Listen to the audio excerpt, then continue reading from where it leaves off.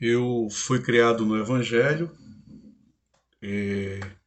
tive a minha infância toda na igreja presbiteriana, me converti numa igreja presbiteriana, sou tataraneto de pastor presbiteriano, bisneto de pastor presbiteriano e neto de diácono presbiteriano, sobrinho de presbíteros presbiterianos, sobrinho de um pastor da Assembleia de Deus e sou, pela graça de Deus, ministro também da Assembleia de Deus, um evangelista, um ministro, hoje um pastor do meu próprio ministério.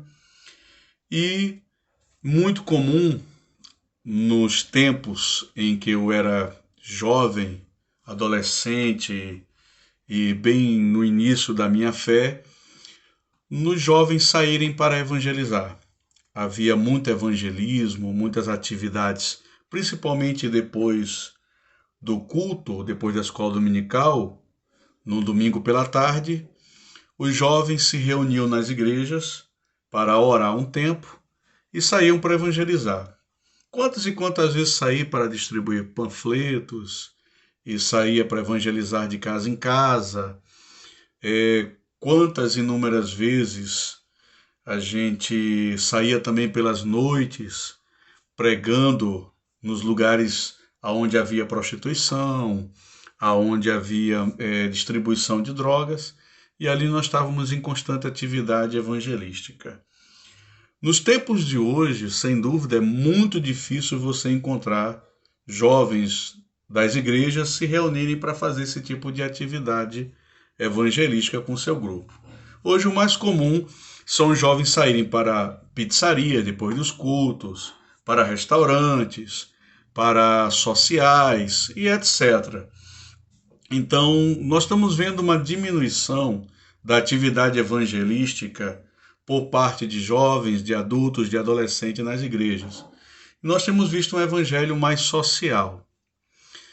Essa diferença, existem várias explicações para haver essa diferença na geração de hoje com a geração, vamos dizer assim, do meu tempo. Não é? Embora eu não parei de evangelizar, continuo aonde eu estou e aonde eu tenho a oportunidade de falar de Cristo, do Evangelho, estou sempre anunciando. Essa chama nunca se apagou no meu coração, ela continua ardendo cada vez mais. E hoje você também pode observar que os seminários de teologia estão cada vez menos frequentados. Eu comecei um curso de teologia no Betel Brasileiro e quando você tinha uma classe, vamos assim, eu não me lembro bem exatos números, mas simbolicamente, se você tem uma classe que começa com 50 alunos, no final você vai ter para se formar 8 ou 10 alunos apenas, porque a maioria desistiu e foram fazer cursos mais na área secular, mais na área profissionalizante. Então, hoje também a diminuição do envio de missionários também é muito grande. As juntas de missões não enviam mais tantos missionários como enviavam antes. Então nós estamos contemplando aí um esfriamento na igreja. E uma das características do avivamento espiritual é o ardor missionário, é essa vontade de anunciar o evangelho, de falar de Jesus, de ganhar almas. Isso faz parte do avivamento espiritual, de uma igreja genuinamente avivada e de crentes cheios do Espírito Santo e que tem uma real experiência com Deus. Mas o que eu quero destacar aqui, que um dos motivos principais é a ausência de verdadeiras conversões dentro das igrejas. Então as mensagens triunfalistas, as mensagens de autoajuda, elas têm proporcionado um enchimento muito grande nas igrejas. As igrejas elas têm ficado inchadas, elas têm aumentado sua membresia, o número de pessoas, e a maior parte desses números que têm aderido às igrejas, às instituições, tem sido de pessoas que não compreendem a essência da fé, não entendem as doutrinas da palavra, nunca tiveram uma experiência real com Cristo e tem uma fé muito pautada no pragmatismo, no alcance das coisas materiais, como prosperidade financeira, cura para as enfermidades, casamentos, viagens, realização de sonhos e de projetos. Então é isso que as mensagens estão prometendo. A maioria dos pregadores nas igrejas de hoje, na igreja pós-moderna, isso eu falo a nível Brasil principalmente no meio pentecostal, as mensagens, elas são mensagens que só pregam bênçãos materiais, aquisição de coisas terrenas, conquista dos seus objetivos terrenos e muita autoajuda e muita vitória terrena. Então, quando a pessoa faz uma decisão após um apelo, qual é a perspectiva que ela vai ter de cristianismo e de fé? A perspectiva é que ela vai aderir a um movimento cristão, um movimento espiritual, aonde ela vai ter uma vida de sucessivas conquistas materiais aqui na Terra. Então, não vai ser exposto para ela o evangelho da cruz, o evangelho da abnegação do pecado, do abandono do mundo, da mudança de vida, da regeneração, do novo nascimento, da libertação da vida mundana, da vida de pecado, de uma nova vida em Cristo em que ele ande verdadeiramente em novidade de vida. E essa ausência de uma real experiência de regeneração, de conversão e de mudança radical de vida tem feito com que haja mais religiosos, vamos dizer assim, pessoas que estão mudando de religião, trocando de instituição, de católicos ou de espíritas ou de bandistas para uma igreja evangélica, mas não pessoas que estão sendo interiormente transformadas por Deus.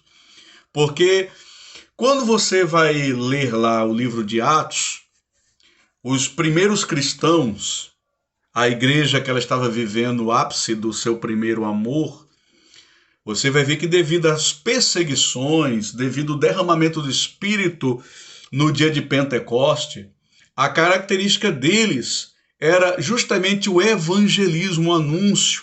E aqui, quando você vai ler o texto em Atos capítulo 11, a partir do versículo 19, estou até com a minha Bíblia aberta aqui, para não esquecer, a característica principal dos crentes, e isso quando a Bíblia fala de crentes, não fala de evangelistas, diáconos, pastores, presbíteros, oficiais da igreja, mas está falando aqui de crentes, pessoas que não faziam parte do corpo eclesiástico, não eram oficiais da igreja, eram apenas cristãos que se converteram, se batizaram, tiveram a sua profissão de fé, mas que estavam tão cheios do Espírito Santo e tão cheios de alegria por terem a certeza da sua libertação e por terem tido uma mudança radical e poderosa de vida, que agora estavam com toda alegria, com toda ousadia, com toda motivação, anunciando e pregando o Evangelho.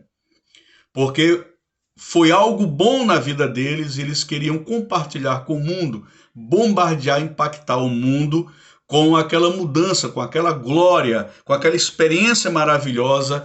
E eles tinham a consciência pela doutrina bíblica que o inferno existia, que a vida do mundo, a vida de pecado era uma vida miserável, a vida sem Deus era uma vida triste, de miséria, de tristeza, de incerteza, de falta de sentido. Mas a partir do momento que eles encontraram a Cristo, o Espírito de Deus passou a habitar no coração deles, então eles encontraram sentido para essa existência, sentido para a vida e verdadeira satisfação e verdadeira alegria.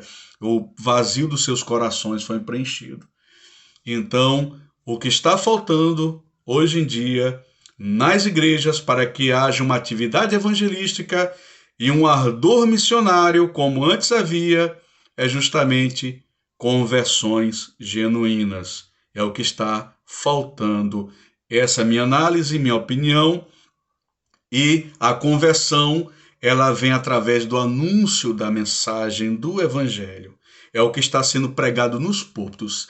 Se eu prego vitória e bênçãos e realização de sonhos, aquisição de coisas materiais e conquistas terrenas, as pessoas vão aderir à fé nessa perspectiva. Mas se eu prego regeneração, mudança de vida, abandono de pecado, é a certeza de que o Evangelho, o caminho do Evangelho passa por perseguições, por tribulação, por lutas, e a vitória ela vem a partir do momento que a gente se mantém firme na fé, sem vacilar, sem negar Cristo, sem negar a fé, mas ali firme com Deus em todas as situações difíceis, vencendo todas as lutas e problemas. Aí eu terei verdadeiras conversões, e a partir dessas verdadeiras conversões, uma vida com Deus, de oração, uma vida pautada no conhecimento da palavra, na busca pelo conhecimento da vontade de Deus pela palavra, e, portanto, produziremos mais convertidos e a igreja crescerá genuinamente. Deus abençoe vocês em nome de Jesus.